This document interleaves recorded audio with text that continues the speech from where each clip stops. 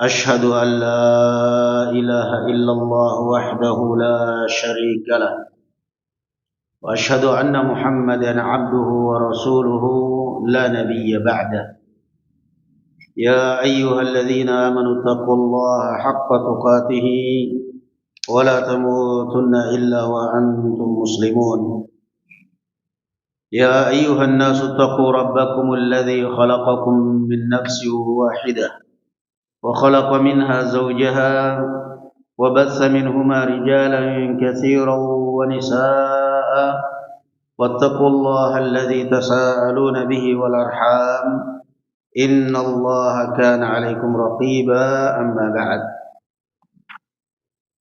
Dalam pembahasan sebelumnya kita membahas bab ma budi'a bihi Rasulullah sallallahu alaihi wasallam min al-wahyi. Bab permulaan Nabi sallallahu alaihi wasallam dalam menerima wahyu. Bahwasanya berawal dari mimpi yang baik. Itu awal mula Rasul sallallahu alaihi wasallam menerima wahyu. Berawal dari mimpi yang baik. Kemudian setelah itu beliau senang menyendiri, hubbiba ilaihil khala. Yang ketiga beliau beribadah, menyendiri bukan bertapa merenung, melainkan yatakhannas, yata'abbad fihi al-layali dhawatil adad, beribadah, berzikir, sampai kemudian hatta ja'ahul malak, sampai malaikat datang menurunkan wahyu kepada beliau. Sekarang kita masuk kepada bab yang berikutnya, hadis yang ke-76, babul Isra bin Nabi sallallahu alaihi wasallam ila as-samawat wa fardhis salawat. Bab perjalanan Isra Mi'rajnya Nabi sallallahu alaihi wasallam ke langit-langit dan diwajibkannya salat 5 waktu sehari semalam. Kita ingin memberikan 2 catatan dalam bab ini, barakallahu fikum ya ikhwan, bahwa yang pertama, bahwa satu-satunya kewajiban syariat yang diwajibkan oleh Allah Azza wa Jalla di atas langit yang ke-7 adalah salat. Semua kewajiban syariat diwajibkan oleh Allah Azza wa Jalla di muka bumi dengan mengutus malaikat Jibril dengan menurunkan wahyu. Berbeda dengan salat 5 waktu sehari semalam, Allah Azza wa Jalla wajibkan dengan mengutus malaikat Jibril untuk menjemput Rasul sallallahu alaihi wasallam dan diangkat ke langit sampai melewati yang pertama, langit pertama, kedua, ketiga, keempat sampai terakhir, barulah kemudian Allah Azza wa Jalla mewahyukan kepada beliau 50 kali salat sehari semalam. Dan ini menunjukkan betapa mulianya ibadah salat. Kalau mau ingin tinggi derajat, mau ingin terangkat derajatmu, jaga salat. Jaga salatmu sebagaimana mulianya salat, satu-satunya kewajiban syariat yang Allah wajibkan di atas langit. Catatan yang kedua dari bab ini, barakallahu fikum ya ikhwan, bahwa apa yang menjadi favorit atau kebanggaan kadang sebagian anak-anak kita atau di dalam pelajaran-pelajaran sekolah, bahkan sudah tertanam kadang di sebagian anak-anak atau bahkan orang dewasa, keagungan yang tidak lain itu adalah misi-misi Yahudi, para sang astronom yang mendarat di bulan, semua adalah kadzab dan semua barakallahu fikum adalah cara Yahudi untuk meruntuhkan Islam, sehingga banyak di anak-anak, di kalangan anak-anak kita, mereka mengagung-agungkan para pendarat di bulan, Neil Armstrong dan semisalnya, mereka nggak sadar bahwa ada yang lebih tinggi naiknya bukan hanya di bulan. Kalaupun benar mendarat di bulan dan sampai di bulan, kalaupun benar ada yang lebih tinggi dari itu. Sebelum ada alat, sebelum ada Apollo, sebelum ada macam-macam. Siapa dia? Nabi kita Muhammad sallallahu alaihi wasallam, figur luar biasa. Nabi kita Muhammad sallallahu alaihi wasallam figur luar biasa. Bukan mendarat di bulan lagi, mendarat bahkan menembus langit yang ketujuh. Sedangkan kita tahu bulan itu di langit atau antara langit dan bumi. Antara langit dan bumi berarti masih rendah. Masih rendah. Itu aja sudah dibangga-banggakan di sekolah, sudah diagung-agungkan oleh anak-anak kita, sampai lupa bahwa dengan figur Nabi kita Muhammad sallallahu alaihi wasallam. Sampai lupa bahwa itu adalah figur yang sangat mulia, yang sangat agung, Nabi kita Muhammad sallallahu alaihi wasallam yang menembus langit pertama, langit kedua, dan sampai langit yang ketujuh, dan itu kisahnya akurat. Kisahnya akurat di kitab mana? Di kitab Al-Quran, bukan di kitab pelajaran sekolah, di kitab Al-Quran. Dan tidak bisa didustakan. Jadi ini dua catatan dari bab ini, barakallahu fikum, minimalnya. Yang pertama, kewajiban salat di muka di langit. Yang kedua, catatan kepada anak-anak kita, tanamkan kepada mereka figur terbaik, yaitu figur Nabi kita Muhammad sallallahu alaihi wasallam. Adapun hadisnya, Al-Isra secara bahasa, ya ikhwan barakallahu fikum, adalah as-sayr lailan. Itu Al-Isra. Secara bahasa, Al-Isra adalah perjalanan di malam hari. Sara yasri, berjalan di malam hari. Asra yusri, isra'an, memperjalankan. Naam, Al-Isra masdar dari asra, yaitu memperjalankan. Naam, memperjalankan. Al-Mi'raj artinya adalah as-su'ud. Isra, perjalanan di malam hari dari Masjidil Haram ke Masjidil Aqsa. Sedangkan al-Mi'raj, al-Uruj adalah as-su'ud, naik. Ada dalam Al-Quran surat Al-Ma'arij, naik. Ta'rujul malaikatu war-ruhu ilaihi fi yawmin kana miqdaruhu 50,000 sana. Ta'rujul malaika, naik para malaikat. Naam. Maka ketika kita mengatakan Al-Isra wal Mi'raj, artinya kalau Al-Isra dari Masjidil Haram ke Masjidil Aqsa, subhanalladzi asra bi'abdihi lailan. Maha suci Allah yang memperjalankan hambanya di malam hari. Dari mana? Minal Masjidil Haram ilal Masjidil Aqsa, alladzi barakna haulah, sampai ke Masjidil Aqsa yang kami berkahi di sekelilingnya. Dan ini menunjukkan bahwa Filistin, Syam dan sekitarnya negeri yang berkah. Kemudian Al-Mi'raj, as-su'ud, artinya naik dari Masjidil Aqsa ke Sidratul Muntaha. Di sanalah beliau naik dibawa oleh malaikat Jibril. Naam, sampai ke tempat yang diinginkan oleh Allah Subhanahu wa taala. Tayyib.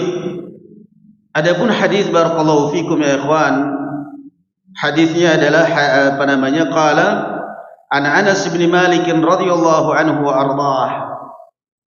Dari Anas bin Malik radhiyallahu anhu wa ardhah, khadim Rasulullah sallallahu alaihi wasallam, Abu Hamzah. Anas bin Malik, khadim Rasulullah sallallahu alaihi wasallam, Abu Hamzah, pelayan Rasulullah sallallahu alaihi wasallam. Beliau sahabat yang terakhir meninggal di Basrah, Irak. Qala anna Rasulullah sallallahu alaihi wasallam qala ataitu utitu bil buraq. Rasul sallallahu alaihi wasallam mencerita ini. Utitu bil buraq. Dibawakan atau didatangkan kepadaku kendaraan yang disebut burak. Burak. Itu kalau zaman dahulu itu juga diantara peliciknya Yahudi ya. Dulu pernah waktu kita masih kecil mendapati di rumah orang-orang tua kita, kakek-kakek kita, gambar kuda. Gambar kuda bersayap, mukanya wanita cantik. Pantatnya telanjang. Itu dipajang orang-orang tua di rumah-rumah mereka, ditanya ini gambar apa? Katanya sih gambar burak. Kendaraan Rasulullah waktu Isra Mi'raj. Itu pelecehan luar biasa. Memang Yahudi itu dari zaman dahulu udah licik. Mana mungkin Rasulullah SAW menaiki kendaraan seperti itu? Posturnya kuda, mukanya wanita cantik, pantatnya telanjang. Kurang ajar ya. Digambar seperti itu. La haula wala quwata illa billah. Namun karena kejahilan, kebodohan umat Islam, ya laku itu gambar. Laku itu gambar. Dan itu juga menunjukkan bahwa kita umat Islam ini benar-benar ketinggalan teknologi. Dari zaman dahulu, kita 70 tahun yang lalu berarti itu bisa jadi mungkin 80 tahun lalu itu Yahudi sudah punya editing seperti itu, punya gambar yang mengkilat gitu. Nah, dan ini juga menunjukkan bahwa Rasul sallallahu alaihi wasallam ketika Isra Mi'raj dalam kondisi mimpi atau bukan ya ikhwan? Beliau bukan mimpi. Salah kalau ada orang mengatakan bahwa Isra Mi'raj itu adalah dalam mimpi. Kalau Isra Mi'raj itu dalam mimpi, apa keajaibannya? Gak ada keajaibannya kalau seandainya Isra Mi'raj itu dalam mimpi. Yang menjadi keajaiban ini adalah bukan di dalam mimpi. Kalau seandainya di dalam mimpi, antum pernah gak bermimpi menjelajahi sesuatu yang belum pernah, tidak bisa dijelajahi? Nah, gak ada keajaibannya kalau begitu. Nah, yang benar Rasul sallallahu alaihi wasallam bukan dalam mimpi Isra Mi'raj. Qala utitu bil buraq, didatangkan kepada saya burak, wa huwa dabbatun abyad tawilun fawqa al-himar wa duna al-baghl, yaitu kendaraan yang putih panjang fawqa al-himar wa duna al-baghl, antara keledai dengan begal. Nah, lebih besar dari keledai tapi tidak juga sekecil begal. Nah, hasil perkawinan silang ini begal ini. Yaqahu hafirahu 'inda muntaha tarafih atau tarfih. Burak ini dia meletakkan kakinya sejauh pandangan dia. Sejauh pandangannya. Itu kecepatannya luar biasa ya. Kalah kecepatan pesawat zaman sekarang. Satu langkah kaki itu sejauh mata dia memandang. Dan kita tahu bahwa kendaraan itu nggak ada yang katarak. Naam, subhanallah. Qala faraqibtu hatta ataitu baital maqdis farabattuhu bil halqati allati yarbitu biha al anbiya. Aku pun menaiki burak itu sampai ke Baitul Maqdis. Bait al-Maqdis, rumah yang suci. Jadi kurang lebih Masjidil Haram, masjid yang haram, haram dimasuki oleh kaum musyrikin. Baitul Maqdis, negeri apa namanya, rumah yang suci, yang sekarang nasallallahu salamata wal afiyah, dinodai kesuciannya oleh orang-orang Yahudi. Mudah-mudahan Allah Azza wa Jalla binasakan mereka. Aku pun kemudian mengikatnya di bil halqati allati yarbitu biha al anbiya, di halqah, di tiang atau di pintu yang ada lingkaran yang biasa para anbiya mengikat kendaraannya di situ. Kan kalau pintu-pintu zaman dahulu kan ada tali, ada apa namanya, kalungnya, itu ada sejenis gelang untuk kancingnya. Diikat Subhanallah. Ini cerita beliau. Qala thumma dakhaltul masjid. Kemudian aku masuk masjid. Fasallaitu fihi rak'ataini. Aku kemudian salat atau menunaikan salat 2 rakaat di Baitul Maqdis. Thumma kharajtu. Kemudian aku keluar. Faja'ani Jibril alaihi salam bi ina'in min khamr. Maka kemudian Jibril mendatangi saya dengan membawa 2 gelas yang berisi khamr wa ina'in min laban, dan gelas yang berisi susu. Jadi beliau sekali lagi perjalanan dari Masjidil Haram ke Masjidil Aqsa menaiki apa? Burak. Sampai di Masjidil Aqsa, Masjidil Al-Aqsa atau Baitul Maqdis, beliau turun dari kendaraannya dan mengikatkannya di lingkaran pintu yang biasa para anbiya mengikat kendaraan mereka di situ. Setelah itu, salat masuk masjid, salat tahiyatul masjid 2 rakaat, baru kemudian keluar dari masjid. Ketika beliau keluar dari masjid, datanglah malaikat Jibril menemui beliau dengan membawa 2 gelas, yang satu berisi khamr, yang satu berisi susu. Qala fakhtartul laban, faqala Jibril alaihi salatu wassalam akhadtal fitrah. Maka aku pun memilih susu. Dikatawarin, pilih, ini khamr, ini susu, pilih. Maka Rasul sallallahu alaihi dan belum ada syariat pengharaman khamr pada saat itu, belum. Yang jelas ini dibawakan khamr, susu. Maka Rasul sallallahu alaihi wasallam memilih susu. Lalu apa kata malaikat Jibril? Ikhtartal fitrah. Engkau telah memilih fitrah. Artinya berarti pilihan kamu ini adalah kesucian dan fitrah manusia. Dalam riwayat yang lain, law ikhtartal al-khamr ghawaita wa ghawat ummatuk. Kalau seandainya kamu memilih khamr, maka engkau menyimpang dan umatmu juga akan menyimpang. Rasulullah milih susu aja banyak umatnya yang dalam khamr. Beliau milih susu. Qala ikhtartal al-fitrah. Kamu memilih fitrah. Bayi baru lahir minumnya susu atau khamr? Susu, jelas.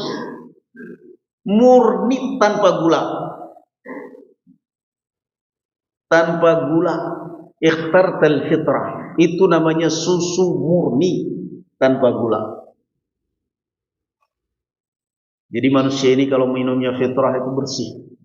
Qala kemudian yang berikutnya, faqala Jibril thumma araja bina ila as-sama' fastaftaha Jibril. Setelah itu kemudian malaikat Jibril mengajak saya untuk naik ke langit, lalu meminta dibukakan pintu langit. Menunjukkan bahwa bahwa langit ada apanya? Ada pintunya. Dan menunjukkan yang kedua bahwa pintu langit ada penjaganya, ada satpamnya di langit. Malaikat Jibril aja mau masuk minta dibukakan. Buka. La tufattahu lahum abwabus sama'. Tidak akan dibukakan kepada mereka pintu-pintu langit. Langit ada pintu-pintunya. Qala faqila man ant. Lalu ketika Jibril minta dibukakan pintu, ditanya oleh penjaga langit, "Man ant? Siapa Anda ini?" Qala Jibril. Beliau mengatakan, "Saya adalah Jibril." Dan ini juga termasuk sunnah ketika antum salam bertamu ke rumah orang, ditanya siapa, kamu sebut nama kamu. Ditanya di WA, kamu tanpa nama, tanya siapa, sebut nama kamu. Jangan mengatakan anak saya. Rasulullah marah ketika ada orang bertamu ditanya saya. Kamu saya siapa? Sebut nama kamu dong. Nah, Jibril ditanya oleh malaikat penjaga langit ketika minta dibukakan pintu langit, ditanya, "Man? Siapa?" Jibril menjawab, Jibril, saya Jibril. Naam, sebut nama kamu pada saat ditanya. Qala wa man ma'ak? Qila wa man ma'ak? Lalu penjaga langit bertanya kembali, wa man ma'ak? Dan siapa yang kamu bawa itu? Dengan siapa kamu datang wahai Jibril? Qala Muhammad. Dia menjawab, Muhammad. Teman saya ini namanya Muhammad. Qala wa qad bu'itsa ilaihi. Penjaga langit bertanya kembali, apakah dia sudah diutus, sudah diangkat sebagai nabi? Wa qad bu'itsa ilaihi, sudah diberikan wahyu. Qala qad bu'itsa ilaihi fa futiha lana. Maka Jibril mengatakan, iya, dia sudah diutus sebagai nabi, dia sudah diangkat oleh Allah Azza wa Jalla sebagai rasul. Fa futiha lana fa idza ana bi Adam. Maka dibukakanlah pintu langit dan aku di sana bertemu dengan Nabi Adam. Allahu Akbar, Abul Bashar. Bertemu ayahnya di sana. Nabi Adam di langit yang keberapa? Di langit yang pertama, dari atas dari bawah, ketujuh dari atas, langit dunia. Lewat pertama, faidha ana bi Adam, ketemu Nabi Adam. Dan ini juga nas bahwa surga itu di mana tempatnya? Di langit, di atas. Faidha ana bi Adam. Qala farahhaba bi wa da'a li bi khair. Maka malaikat Jibril pun mengucapkan marhaba. Mengucapkan marhaba. Farahhaba bi, marhaba. Dan itu adalah khasnya orang Arab. Kalau kita khasnya apa? Piye kabare? Wajib boleh. Gimana bro? Tapi kalau orang Arab khasnya apa? Marhaba. Nabi Adam rahhaba bi. Nabi Adam mengucapkan marhaban kepada saya. Marhaba itu bukan apa namanya, welcome, artinya bukan selamat datang, bukan, tapi itu doa. Marhaba artinya apa namanya, semoga Anda berada di tempat yang lapang dan luas, itu doa. Marhaba, farahaba bi wa da'a li bi khair. Dia mengucapkan kalimat marhaba dan mendoakan kebaikan. Mendoakan kebaikan, dan ini juga ciri khasnya orang Arab. Nah, antum tahu kalau di Arab mesti baru pertama kali ketemu, assalamualaikum, kaif hal, barakallahu fiik, jazakallahu khair, masyaallah, udah, itu udah biasa mereka itu. Rahaba. Dan ini contoh. Qala thumma araja bi ila as-sama'i tsaniyah. Kemudian Jibril mengangkat atau naik lagi membawa saya ke langit yang kedua. Fastaftaha Jibrilu alaihi salam faqila man ant. Lalu Jibril minta dibukakan pintu langit. Lalu kemudian ditanya, siapa kamu ini? Padahal ini malaikat Jibril yang membawa wahyu. Tanya siapa? Qala Jibril. Dia menjawab Jibril. Qila wa man ma'ak? Lalu kemudian penjaga langit bertanya, dan siapa itu orang yang bersama kamu? Qala Muhammad. Ini namanya Muhammad. Dan sebagai catatan bahwa pertama kali yang memberikan nama Muhammad adalah Abu Talib.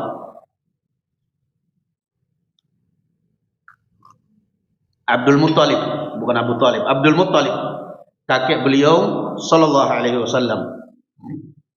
Muhammad, qala wa qad bu'itsa ilayhi, qila wa qad bu'itsa ilayhi. Lalu kemudian tanya lagi, dia sudah diangkat sebagai rasul? Qala na'am qad bu'itsa ilayhi. Malaikat Jibril menjawab, iya, sudah resmi diangkat sebagai rasul. Qala fa futiha lana fa idza ana bibnai al-khalah Isa bin Maryam wa Yahya bin Zakaria. Maka dibukakanlah pintu langit yang kedua. dan di sana saya bertemu dengan dua orang yang merupakan bibnai khalah, yang merupakan dua anak dari bibi yang sama, yaitu Isa bin Maryam dan Yahya bin Zakaria. Di langit yang keberapa ini? Langit yang kedua. Mudah-mudahan kita ingat ini. Langit yang pertama tadi Nabi Adam. Langit yang kedua ketemu di sana Nabi Isa, Nabi Yahya. Subhanallah, Nabi Isa ketika dikejar-kejar oleh orang Yahudi mau dibunuh, diangkat oleh Allah Azza wa Jalla, ditempatkan ke langit dunia, langit yang kedua. Kalau kamu sudah tidak diterima di muka bumi, ada yang menerima kamu di langit, naik sampai ke langit yang kedua. Aman di langit, nggak ada makhluk jahat di langit. Yang ada makhluk jahat di mana? Di bumi. Dah. Qala farahaba bi wa da'awa li bi khair. Mereka pun mengucapkan kalimat marhaba dan mendoakan kebaikan untukku. Dua-duanya, Yahya bin Zakaria, Isa bin Maryam. Ketemu di sana. Qala thumma urija bina thumma araja bina ila as-sama'i ats-tsalitsah. Fastaftaha Jibril faqila man ant? Qala Jibril, qila wa man ma'ak? Qala Muhammad, qila wa qad bu'itsa ilayhi? Qala qad bu'itsa ilayhi. Kemudian malaikat Jibril naik lagi sampai ke langit yang ketiga. Malaikat Jibril minta dibukakan pintu langit, maka kemudian penjaga pintu langit bertanya, siapa anda? Jibril menjawab, saya adalah malaikat Jibril. Siapa itu orang yang bersama kamu? Muhammad. Kalau qad bu'itsa ilaihi, sudah diangkat sebagai rasul? Na'am, qad bu'itsa ilaihi.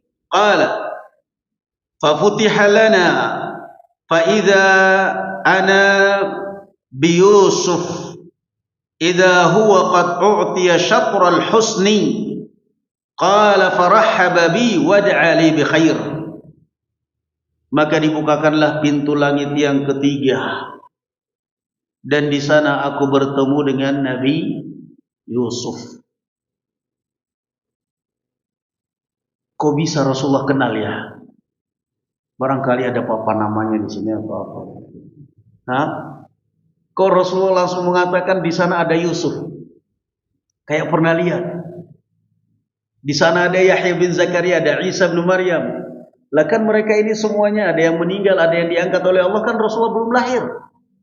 Kok bisa beliau ketemu muka, beliau bisa tahu mukanya? Semua itu adalah wahyu dari Allah Subhanahu wa taala. Ketemu di langit yang ketiga Nabi siapa tadi ya ikhwan? Nabi Yusuf. Fa idza huwa qad u'tiya syatral husni, dan dia telah diberikan separuh dari ketampanan Adam alaihi salatu wassalam, ketampanan manusia. Naam, Nabi yang paling tampan ini diantaranya Nabi Yusuf. Sampai istrinya raja lupa daratan, bergila-gila. Jadi emang resiko juga kadang-kadang jadi orang tampan itu. Jangan sombong makanya jadi orang tampan. Kadang-kadang orang tampan sombong, pilih istri yang ini nggak mau, yang ini kurang ini, yang kurang ini, kurang ini. Ujung-ujungnya dapat istri lebih jelek daripada pilihan itu semua. Kenapa? Daripada jomblo sampai mati. Jangan, biasa aja. Qala farahhaba bi wa da'a li bi khair. Nabi Yusuf kemudian mengucapkan marhaba dan mendoakan kebaikan untukku. Termasuk tradisi, dan ini perbiasakan kita mendoakan kebaikan. Naam. Thumma araja bina ila as-sama'i ar-rabi'ah fastaftaha Jibril faqila man hadha? Qala Jibril wa qila man ma'ak? Qala Muhammad. Qila wa qad bu'itsa ilayhi? Qala qad bu'itsa ilayhi. Fa futiha lana fa idza ana bi Idris. Malaikat Jibril kemudian setelah itu naik lagi sampai ke langit yang keempat. Malaikat Jibril minta dibukakan pintu. Dan kita tahu jarak antara langit dengan langit seperti jarak apa ya kawan? Jarak antara langit pertama dengan langit berikutnya seperti jarak antara langit dan bumi. Dulu waktu pelajaran jarak antara bumi dan langit ini berapa itu? Hah? Kalaupun sudah lupa semuanya maklum. Karena dulu nggak ada yang hafal, sekarang lupa semua. Tidak apa-apa. Tapi itulah jaraknya. Naik ke langit yang keempat, buka pintu. Siapa? Jibril. Siapa itu orang yang kamu bawa? Pintu belum dibuka sudah tahu kalau malaikat Jibril bawa orang. Subhanallah, itulah keindahannya. Jangan berfantasi, jangan berpikiran apa diintip di lubang pintu, berarti pintu langit ada lubangnya ya. Apa mungkin ada pembesar itu di pintu? Gak usah, ini semua sudah alam gaib. Terima yang namanya alam gaib itu apa? Terima, jangan banyak tanya, jangan banyak mikir. Nanti ntar lagi tanya, Ustaz, kok belum dibukain pintu sudah tahu kalau Jibril bawa Muhammad? Dari mana berarti itu Ustaz tanyanya? Apa dari CCTV? Apa mungkin ada kacanya jendelanya? Gak perlu, usil amat. Pokoknya terima-terima. Maka dibukakanlah pintu langit yang keempat. Fa'idha ana bi Idris farahhaba bi wa da'ali bi khair. Di langit yang keempat Rasulullah sallallahu alaihi wasallam bertemu Nabi Idris. Maka dia pun mengucapkan marhaba dan kemudian mendoakanku kebaikan. Qala farahhaba bi, kalimat marhaba. Qala Allah azza wa jalla wa rafa'nahu makanan 'aliyyan. Allah azza wa jalla berfirman wa rafa'nahu makanan 'aliyya. Ini dalam surat Maryam. Allah mengatakan, dan kami angkat malaikat Jibril di tempat yang tinggi, artinya di langit yang keempat. Itu maknanya. Wa rafa'nahu makanan 'aliyya, kami angkat dia di tempat yang tinggi, artinya di langit yang keempat. Summa araja bi ila as-sama'il khamisati fastaftaha Jibril, qila man hadha, qala Jibril, qila wa man ma'ak, qala Muhammad, qila wa qad bu'itha ilayhi, qala qad bu'itha ilayhi, fa futiha lana fa idza ana bi Harun. Naik lagi sampai ke langit yang kelima. Tanya, minta dibukakan pintu. Siapa? Jibril. Siapa itu orang yang kamu bawa? Muhammad. Sudah diutus oleh Allah. Sudah, dibukakanlah pintu. Di sana Rasulullah sallallahu alaihi wasallam bertemu dengan Nabi Harun. Ini langit yang keberapa ini? Yang kelima. Nabi Harun, saudaranya Nabi Musa. Farahhaba wa da'a li bi khair. Maka dia pun mengucapkan marhaba dan mendoakan kebaikan. Qala thumma araja bina ila as-sama'i as-sadisati fastaftaha Jibril, qila man hadha, qala Jibril, qila wa man ma'ak, qala Muhammad, qila wa qad bu'itha ilayhi, qala qad bu'itha ilayhi, fa futiha lana fa idza ana bi Musa farahhaba bi wa da'a li bi khair. Dan kemudian kami melanjutkan perjalanan sampai ke langit yang keberapa tadi? Ke-6 ya, sudah langit yang ke-6 ini. Jadi berarti sekarang antum percaya kalau setiap langit itu ada penghuninya? Ada. Dalilnya mana? Dalilnya baca sendiri dalam Sahih Muslim kisah Isra Mi'raj titik. Karena apa? Kita nggak hafal hadisnya kan? Nah, jadi paling kayak gitu. Setiap langit ada penghuninya. Bahkan di sana sudah ada para nabi yang menghuni. Langit yang pertama tadi penghuninya Nabi Adam. Langit yang kedua Nabi Isa dan Yahya bin Zakaria. Langit yang ketiga Yusuf. Langit yang keempat Idris. Bukan Ishak, belum Ishak. Langit yang kelima Harun. Langit yang keenam Musa. Berangkat sampai langit yang keenam. Di langit yang keenam bertemu Nabi kita Muhammad sallallahu alaihi wasallam dengan Nabi Musa. Musa pun kemudian mengucapkan marhaba dan mendoakan kebaikan. Qala thumma araja bina ila as-sama'i as-sabi'ati. La malaikat Jibril kemudian melanjutkan perjalanan, dan ini ditempuh tidak ada satu malam. Bukan dalam satu malam, tidak, tetapi tidak sampai satu malam. Subhanallah, kendaraannya luar biasa itu. Kemudian Jibril melanjutkan perjalanan sampai ke langit yang ketujuh. Fastaftaha Jibril. Faqila man hadha? Qala Jibril. Qila wa man ma'ak? Qala Muhammad. Qila wa qad bu'itha ilayhi? Qala qad bu'itha ilayhi. Fafutiha lana fa idza ana bi Ibrahim. Langit yang ketujuh dibuka dan di sana beliau bertemu dengan siapa? Nabi Ibrahim, Abul Anbiya. Nabi Ibrahim Abul Anbiya. Nabi Ibrahim bapaknya para nabi yang menurunkan nabi, yaitu dari Nabi Ishak Bani Israel, nabi-nabi Bani Israel, Ishak bin Ibrahim. Kemudian dari Arab Nabi Ismail. Nah, bertemu di langit yang ketujuh dengan Nabi Ibrahim. Nah, udah Isya ya? Belum. Sudah. Ya udah, azan dulu. Baru kita lanjut.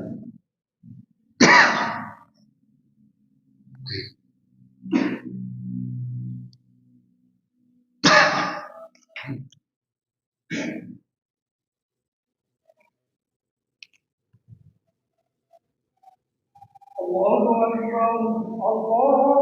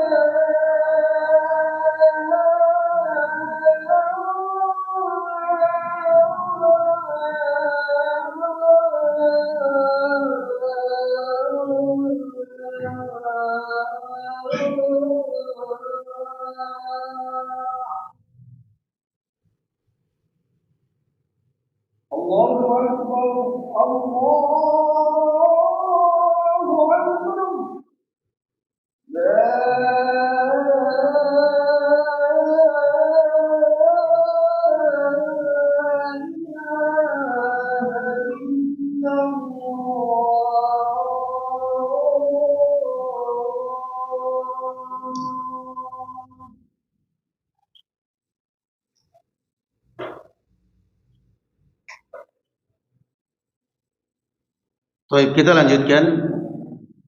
Kita ulangi tadi, berarti langit yang ketujuh ketemu siapa beliau? Nabi Ibrahim. InsyaAllah kita jangan lupa ini. Kita ulangi sekali lagi aja udah. Langit pertama Nabi Adam. Langit kedua Isa dan Yahya. Langit yang ketiga Yusuf. Langit yang keempat Idris. Langit yang kelima Harun. Langit yang keenam Musa. Langit yang ketujuh Ibrahim. Kemudian di langit yang ketujuh, faida ana bi Ibrahim. Di sana kata beliau saya bertemu dengan Ibrahim, musnidan dhahrahu ilal baitil ma'mur. Beliau menyandarkan punggungnya di Baitul Ma'mur. Itu duduknya orang santai. Orang enggak ada beban duduk sandaran santai. Bebannya udah habis di dunia. Beliau menyandarkan punggungnya, pundaknya di mana? Di Bait Al-Ma'mur. Apa itu Baitul Ma'mur? Rumah yang makmur.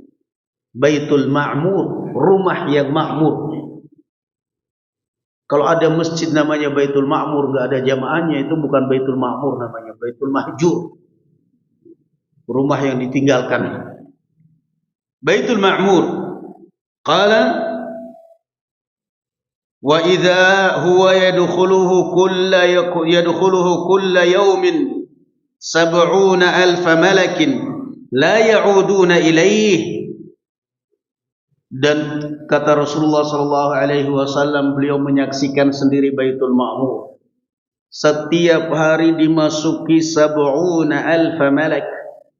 Diciptakan dimasuki oleh 70,000 malaikat. Setiap hari 70,000 malaikat masuk ke Baitul Ma'mur setiap hari. Nanti setiap yang masuk ini qala la ya'uduna ilaih, tidak akan kembali lagi ke situ. Berarti jumlah malaikat gimana sekarang? Ya jumlah malaikat banyak, wajar, karena mereka tercipta dari mana? Dari cahaya. Sedangkan manusia tercipta dari mana? Dari tanah. Itu kalau Adamnya, kalau anak keturunannya dari mana? Dari sperma. Prosesnya kapan-kapan baru jadi manusia. Prosesnya kapan-kapan baru jadi manusia. 20-30 tahun orang baru nikah. Habis itu hubungan, nanti jadi lagi.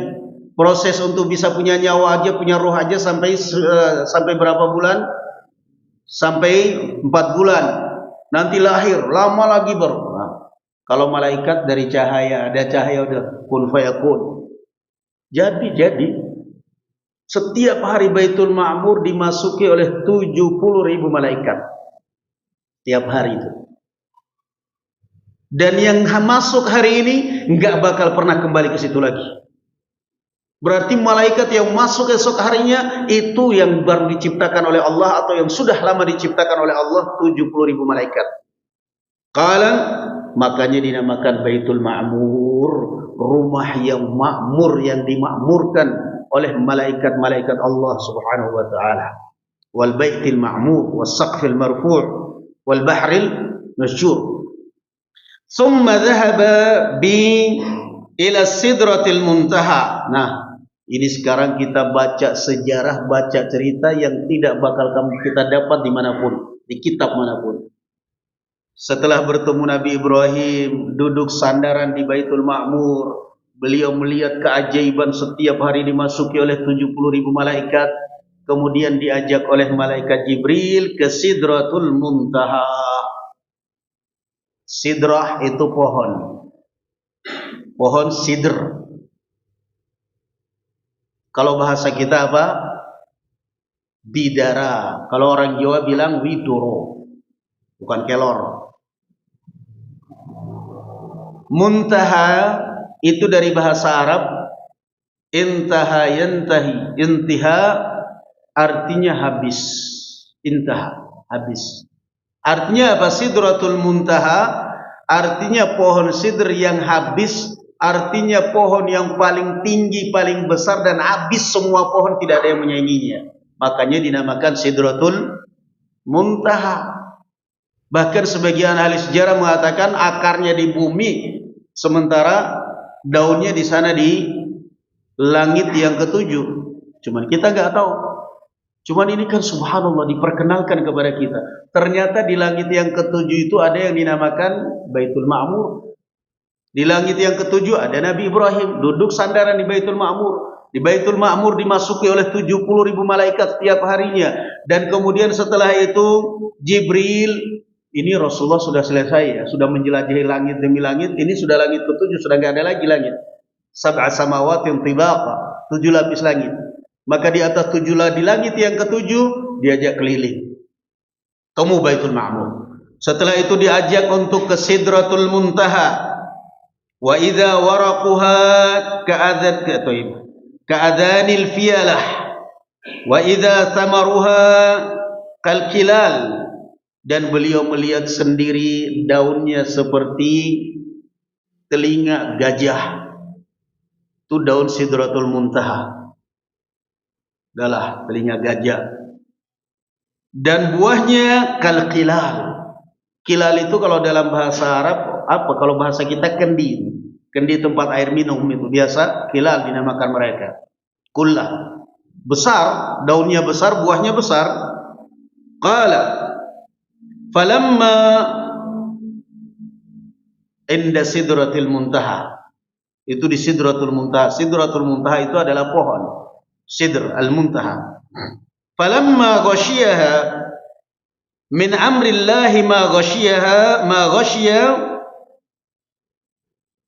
taghayyarat fama ahadun min khalqillah yastati'u an yan'ataha min husniha. Falamma ghashiyaha min amrillahi ma ghashiya taghayyarat Sidratul Muntaha. Inda Sidratul Muntaha indaha jannatul ma'wa idh yaghsha sidrata ma yaghsha ma zaghal basar wa ma tagha laqad ra'a min ayati rabbihil kubra. Beliau sallallahu alaihi wasallam setelah bertemu malaikat Nabi Ibrahim, kemudian di sandaran di Baitul Ma'mur diajak untuk ke Sidratul Muntaha. Beliau sempat melihat itu bagaimana sifatnya Sidratul Muntaha. Beliau melihat daunnya seperti telinga gajah, beliau melihat buahnya seperti gentong yang besar. Kemudian enggak lama beliau tiba-tiba faghashiyaha ma ghashiyaha.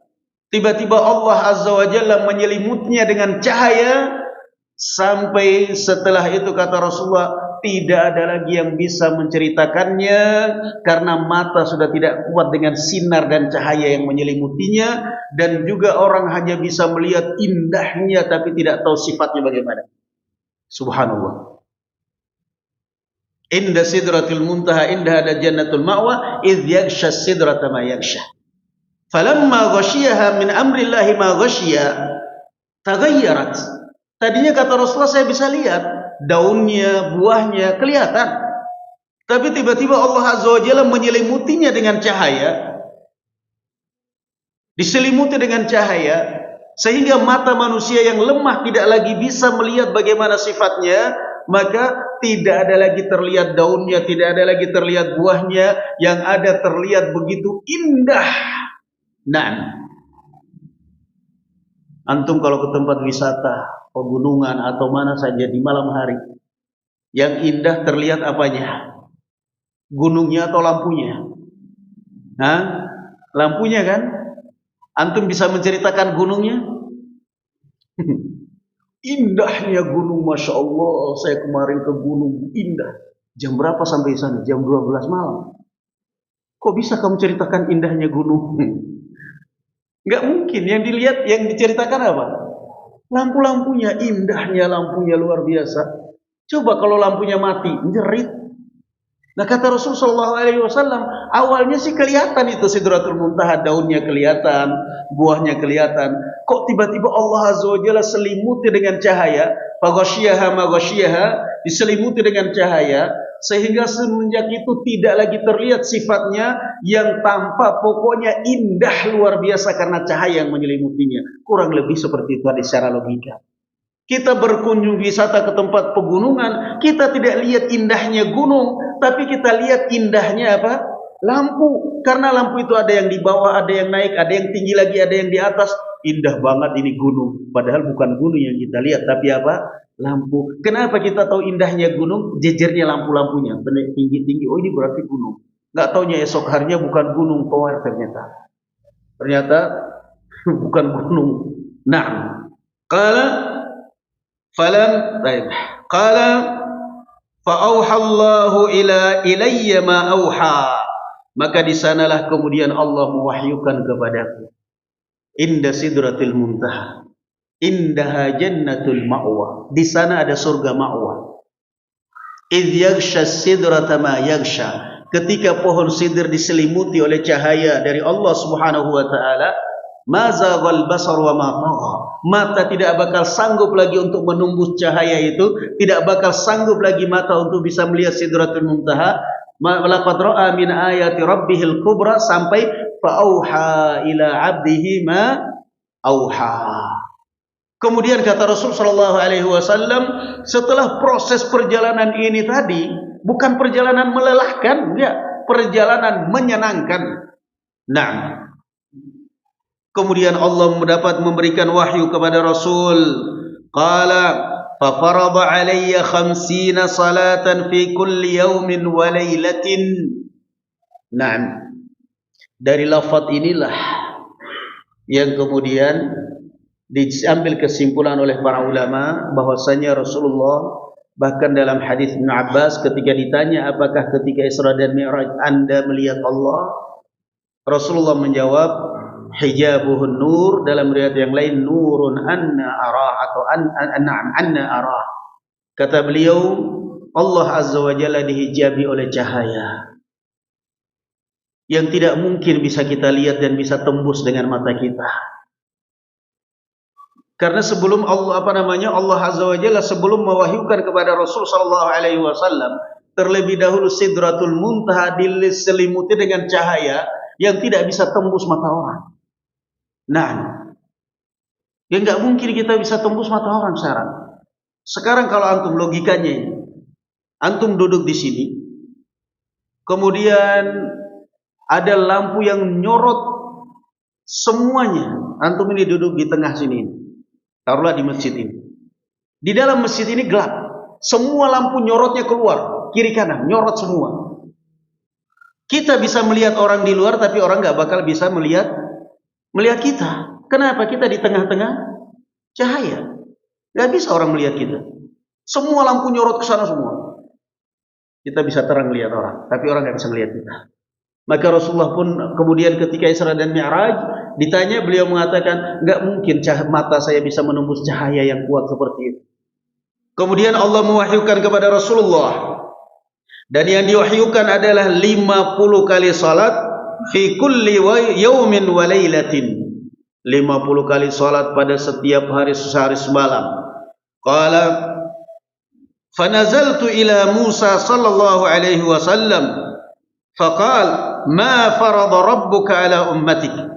Setelah Rasulullah menerima kewajiban salat, Rasulullah turun dan bertemu Nabi Musa. Berarti di langit yang keberapa?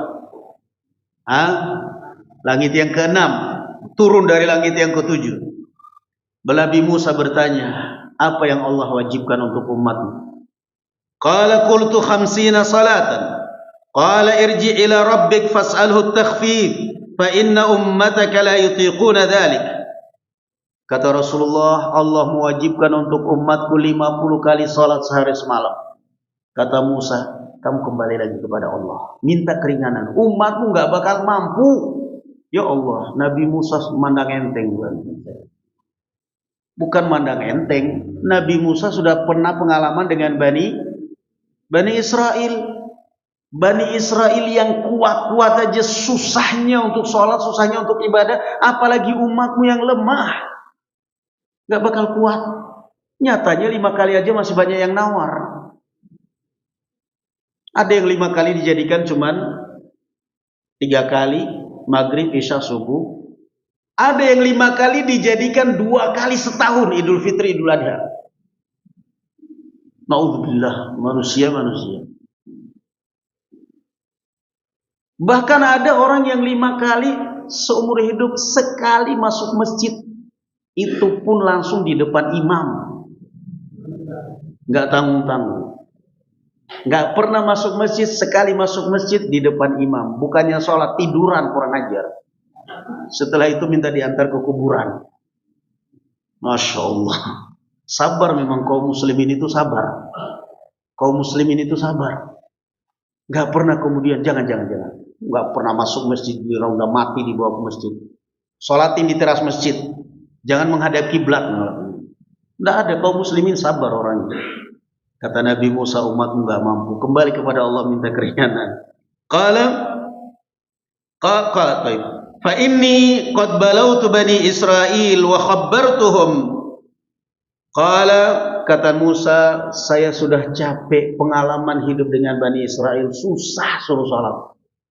Maka udah ini pengalaman ditularkan. Berarti Nabi Musa juga banyak jasanya untuk kita.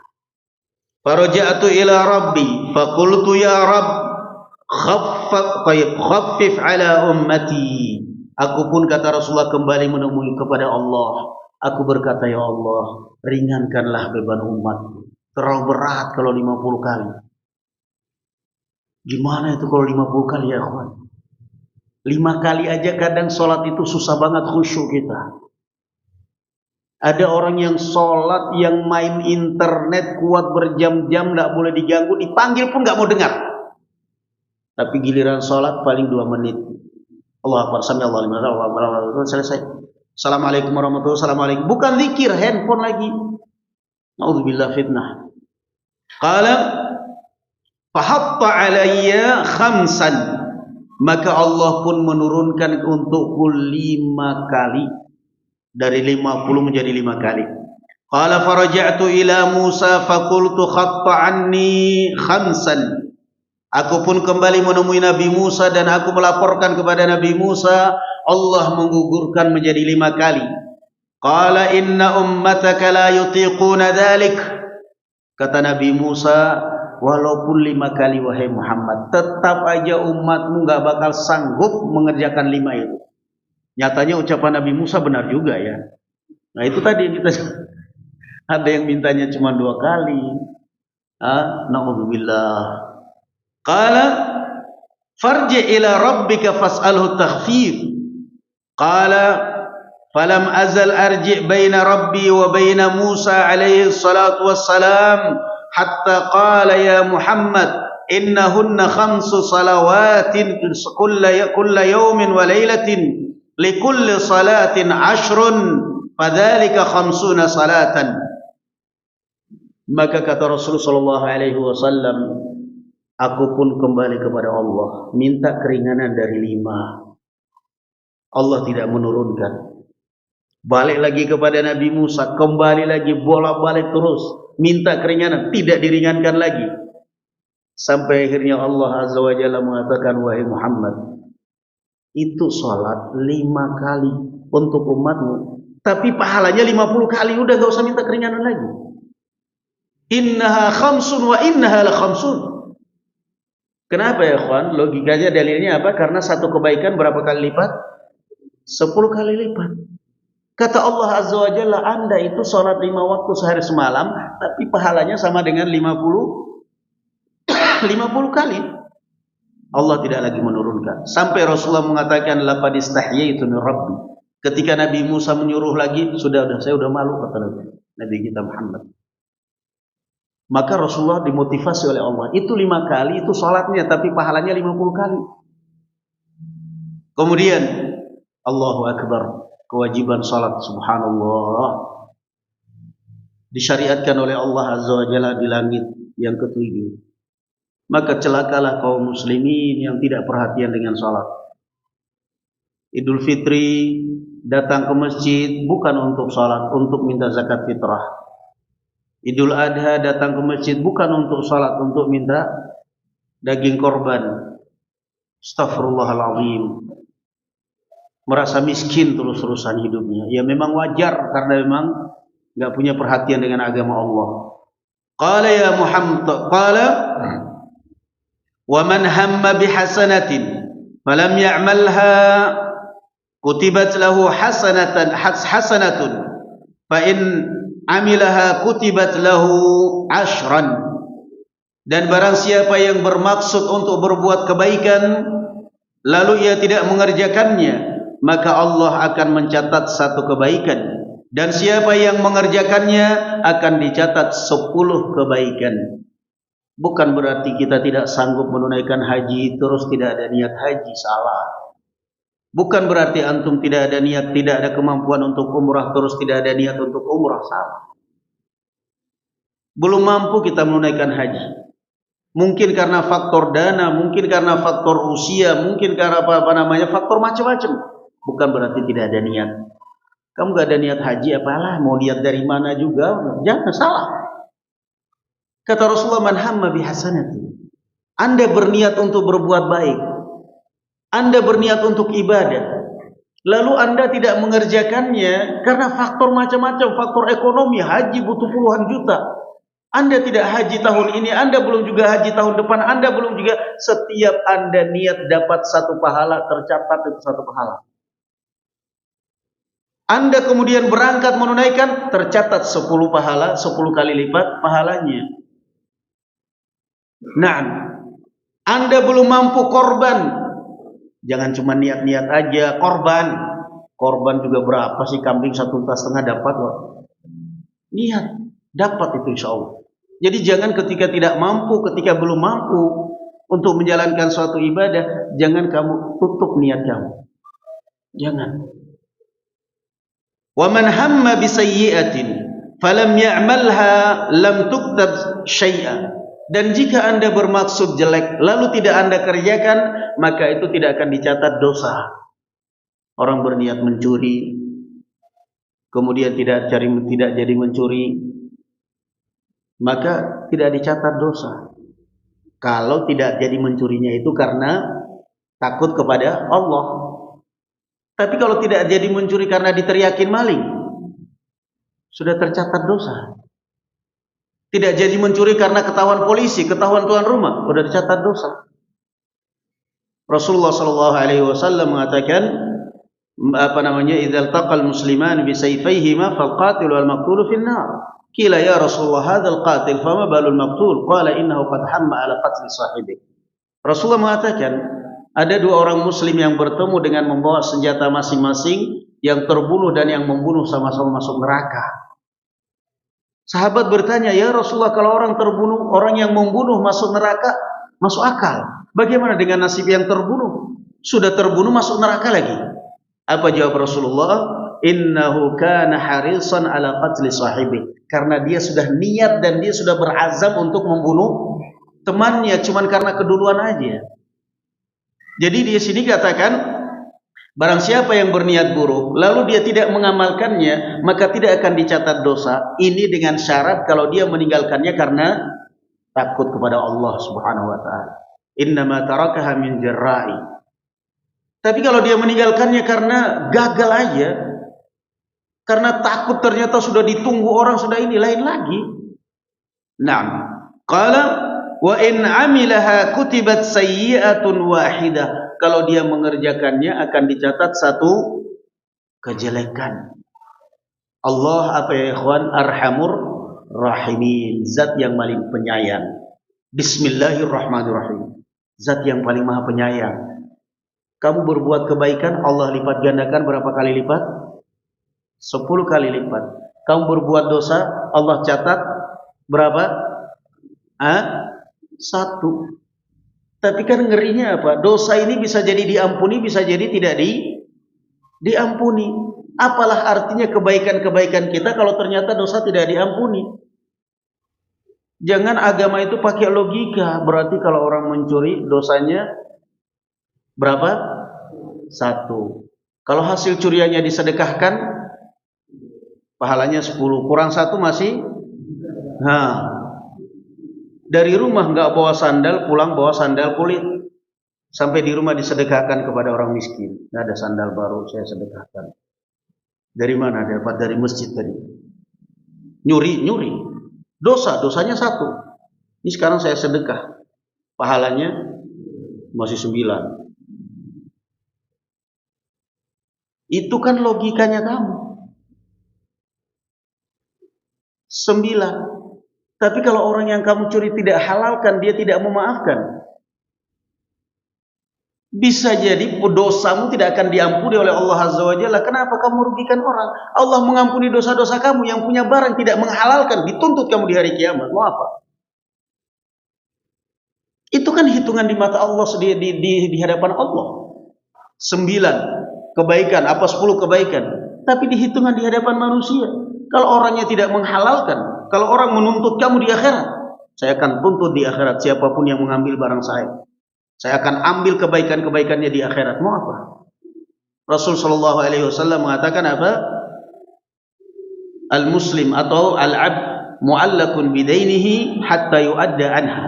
Bahwa seorang yang meninggal itu akan sangat tergadaikan, tergantung nasibnya dengan hutang dia sampai ada yang mau lunasinya, sampai dilunasi oleh ahli warisnya. Tergantung nasibmu sampai ada yang melunasi. Karena ngeri. Kebaikan setumpuk, kata Rasul, yughfar likulli syahidin yughfar lisyahidi kullu dzambin illa dain. Allah akan mengampuni semua dosa orang yang mati syahid fisabilillah kecuali apa? Utang. Utang harta, bukan hutang budi. Utang harta. Itu apa namanya syariatnya. Faqala fanazaltu hatta intahaitu ila Musa fa akhbartu. Aku pun kemudian turun kepada Nabi Musa lagi dan bertemu Nabi Musa dan menceritakannya. Qala irji ila rabbik fas'alhu takhfif. Faqala Rasulullah sallallahu alaihi wasallam faqultu qad raja'tu ila rabbi hatta istahyaitu min. Nabi Musa mengatakan terlalu berat, kamu kembali lagi minta keringanan. Nabi Musa mengatakan, Nabi kita Muhammad sallallahu alaihi wasallam mengatakan, saya sudah malu bolak-balik minta keringanan terus. Maka akhirnya disyariatkanlah salat. Yang lebih dahsyat lagi, barakallahu fikum ya ikhwan. Ini kisah Isra Mi'rajnya perjalanan. Yang lebih dahsyat lagi adalah kisah kepulangannya Rasul sallallahu alaihi wasallam setelah Isra Mi'raj. Karena beliau ada beban di situ. Dia harus menyampaikan kepada orang-orang Quraisy. Dia harus menceritakan kisah ini kepada orang-orang Quraisy yang notabene mereka mayoritas belum beriman kepada beliau. Maka akhirnya tuduhan mereka kepada Rasulullah bahwa Muhammad ini orang gila tambah kuat. Ini orang benar orang gila ini orang. Mana mungkin ada orang yang berjalan dari Masjidil Haram ke Masjidil Aqsa satu malam bisa PP. Ya kalau pesawat mungkin masuk akal. Ini kendaraan zaman dahulu, paling banter-banter kendaraan zaman dahulu apa ya ikhwan? Kuda. Paling cepat kuda. Nah, ini kan bukan Brahma Kumbara yang naik burung. Kendaraan zaman dulu kan kuda. Mereka nggak percaya, nggak akan mungkin. Ditambah lagi cerita beliau melakukan perjalanan dari Masjidil Aqsa ke Sidratul Muntaha, ini semua sehingga mereka orang-orang Quraisy mengatakan tambah gila Muhammad, menceritakan hal-hal fantasi, halusinasi luar biasa. Tetapi ada juga sebagian orang Quraisy yang agak waras sedikit. Kata mereka, ini mereka kumpul ini memperbincangkan ceritanya Rasulullah tentang Isra Mi'raj. Kata mereka, kita jangan tergesa-gesa dulu dustakan Muhammad. Kita tes dulu, kita uji dulu. Kita kan sudah terbiasa melakukan perjalanan di Baitul Maqdis, di Syam, untuk berdagang. Kita sudah hafal Masjidil Haram, Masjid Baitul Maqdis kita udah hafal. Kita tes aja dulu. Suruh dia ceritakan sifat-sifatnya Baitul Maqdis. Padahal ini perjalanannya cuman satu malam, itu pun malam hari, nggak ada listrik. Lah antum yang takmir masjid sini aja saya tanya berapa jendela masjid sini belum tentu langsung jawab. Ntar hitung dulu satu dulu. Padahal takmir masjid sini. Ini Rasulullah malam hari di Baitul Maqdis. Beliau masuk sholat keluar lagi. Ditanya, entar, jangan tergesa-gesa kita dustakan dulu. Kita tes aja dulu. Bisa nggak dia menceritakan sifat-sifat Baitul Maqdis? Kata Rasulullah sallallahu alaihi wasallam, fa'ahamma atau mana fa'aghammani karbun syadid. Kata Rasulullah sallallahu alaihi wasallam, justru ini tantangan yang lebih berat, maka saya pun sedih, galau luar biasa. Kenapa? Kalau yang pertama kan mereka dustakan, ya udah dustakan aja. Tapi ini tantangan berat. Kalau memang engkau wahai Muhammad melakukan perjalanan Masjidil Haram, Masjidil Aqsa, coba sekarang ceritakan bagaimana sifatnya Masjidil Aqsa. Kata Rasulullah sallallahu alaihi wasallam, farafa'ahu Allah baina yadayya fa ana asifuhum wa ana anzur ilaih. Tiba-tiba Allah Azza wa Jalla angkat masjid, tampakkan Masjidil Aqsa di hadapan saya, maka aku pun menceritakan kepada mereka sambil melihat Masjidil Haram, sementara mereka enggak lihat. Masya Allah. Diceritakan sifatnya satu, gini. Itu Rasulullah menceritakan diangkat Masjidil Aqsa di hadapan beliau sallallahu alaihi wasallam. Mereka lihat, Rasulullah lihat, mereka enggak lihat.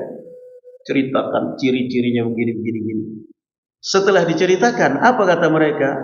Ammal wasfu faqad wallahi sadaq. Adapun sifat yang diceritakan Muhammad tentang Masjidil Haram, Masjidil Aqsa, benar semuanya, enggak ada yang salah. Benar semua, enggak ada yang salah. Lalu mereka beriman? Enggak juga. Cuman benarin doang. Jadi jangan heran kalau ada orang kadang-kadang tanya, Masya Allah itu Ustadz ilmunya luar biasa. Terus antum enggak ngaji, malas. Itulah orang-orang Quraisy. Kenapa antum enggak pernah ngaji enggak mau, malas. Nah, orang Quraisy, mereka mengatakan adapun sifat Masjidil Aqsa benar 100%, enggak ada yang salah. Mereka percaya enggak juga, karena mereka terpengaruh dengan tokoh-tokoh Quraisy, takut. Jadi itu yang lebih berat. Tantangan beliau sallallahu alaihi wasallam. Jadi subhanallah, kita tidak perlu memperingati Isra dan Mi'raj. Yang terpenting adalah kandungan dan hikmah daripada Isra dan Mi'raj itu apa sih? Peringatan Isra dan Mi'raj sampai jam 2 malam, alun-alun penuh tema pembawa hikmah Isra dan Mi'raj. Begitu sholat subuh masjid kosong. Barangkali masjid agung alun-alun kosong karena ke mushola masing-masing yang dekat ternyata pada ngorok semuanya. Apa yang mau dibanggakan sekarang? Apa yang mau dibanggakan? Apa hikmah Isra dan Mi'raj?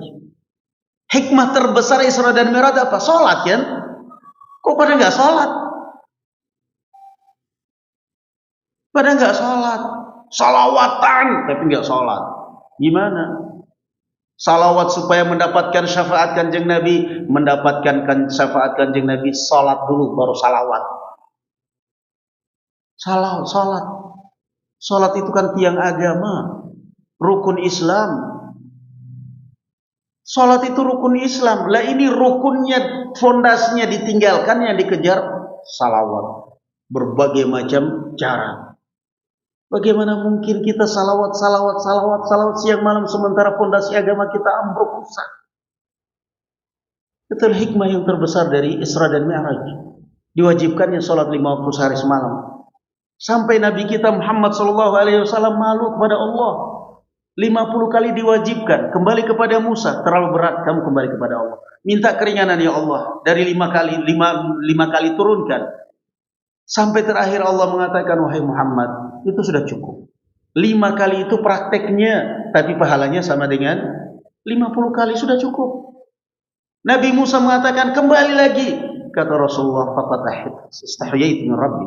Udah malu saya bolak-balik mulu. Maka Rasulullah kembali lagi kepada kembali dengan malaikat Jibril. Ini barakallahu fikum ya ikhwan. Keajaiban yang tersingkap pada saat Isra dan Mi'raj yang memang luar biasa. Kita mendapatkan cerita adanya Baitul Ma'mur. Baitul Ma'mur yang dimakmurkan oleh malaikat-malaikat Allah, setiap hari dimasuki oleh 70.000 malaikat. Dan juga kemudian di sana ada Sidratul Muntaha. Di sanalah beliau sallallahu alaihi wasallam mendapatkan wahyu dari Allah Subhanahu wa taala secara khusus, yaitu wahyu tentang diwajibkannya salat 5 waktu sehari semalam. Maka dari sini berarti salat itu pertama kali diwajibkan di atas langit oleh Allah Azza wa Jalla, dan mulai dikerjakan, mulai disyariatkan di Makkah. Sedangkan azan disyariatkan di Madinah. Salat disyariatkan di Makkah, waktu di Makkah, azan disyariatkan di Madinah. Berarti salat di Makkah belum ada azan. Memang benar. Bagaimana mungkin mau azan, salat aja harus ngumpet. Salat aja sembunyi-sembunyi.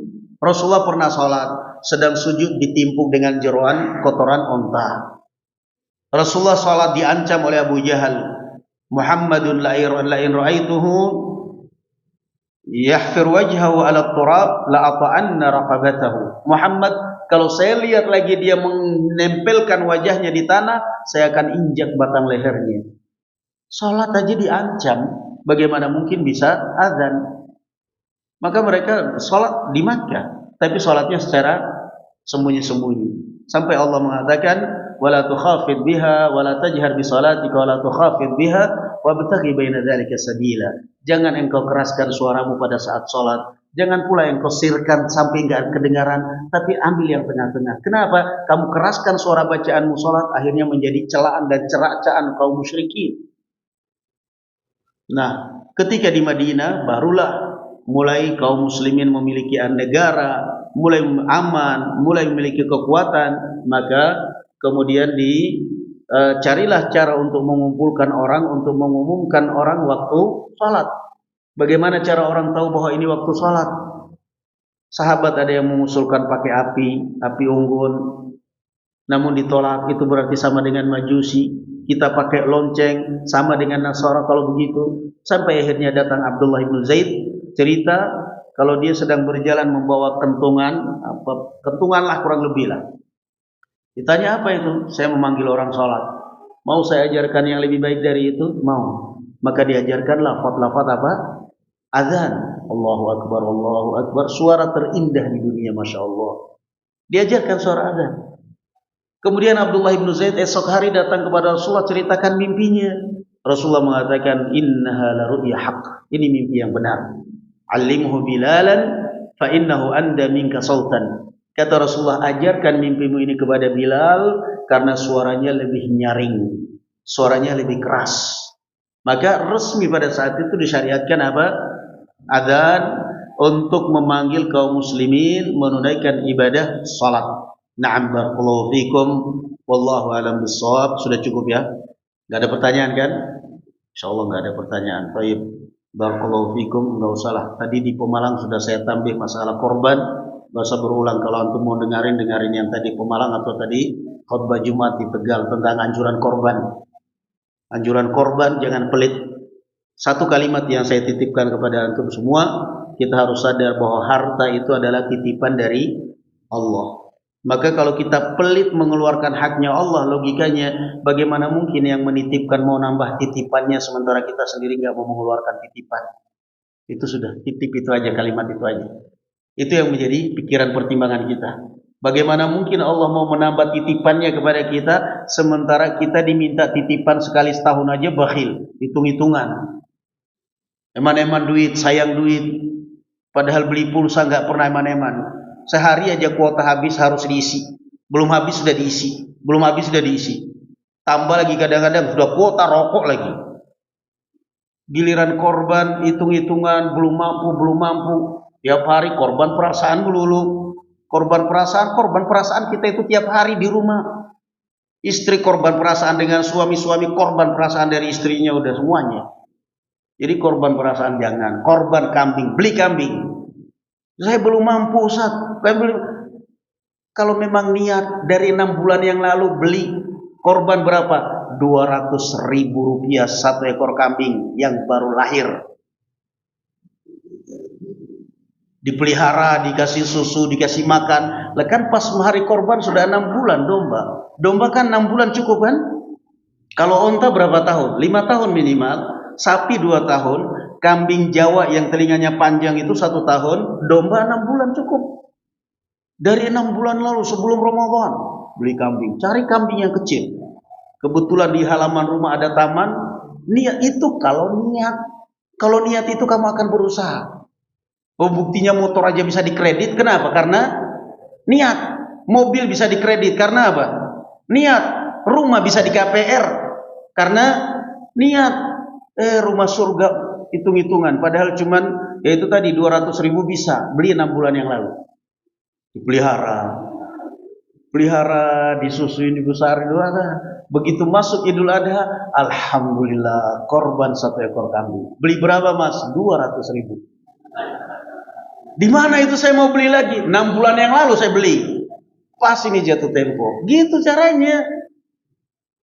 Itu kalau orang niat. Udah nggak niat, tiap hari raya Idul korban apa mas? Korban perasaan. Perasaan nih orang tiap tahun ditanya korban perasaan dulu. Ingat satu kalimat yang saya titipkan, harta titipan dari Allah. Bagaimana mungkin yang menitipkan mau menambah titipannya kepada kita, mau menitipkan kembali kepada kita, sementara ketika diminta titipan itu sekali setahun kita pelit, kita hitung-hitungan. Masih mau percaya kepada kita? Masih mau ditambahin titipan? Kalau kamu mau ditambahin titipan, ketika yang menitipkan itu minta, ketika yang menitipkan itu lepas ini titipan. Dan Allah, yakinlah Allah pasti gantikan. Itu Nabi Ibrahim. Ketika dia ikhlas, jujur berkorban dengan anaknya, Allah gantikan dengan apa? Kambing. Kita juga seperti itu. Kalau kita ikhlas, kalau kita lapang dada, kalau kita niat, Allah akan gantikan yang lebih baik. Bismillah, insya Allah tahun ini kambing lebih banyak di sini nanti korban. Nah, saya tadi khutbah Jumat di Tegal, begitu temanya masalah korban.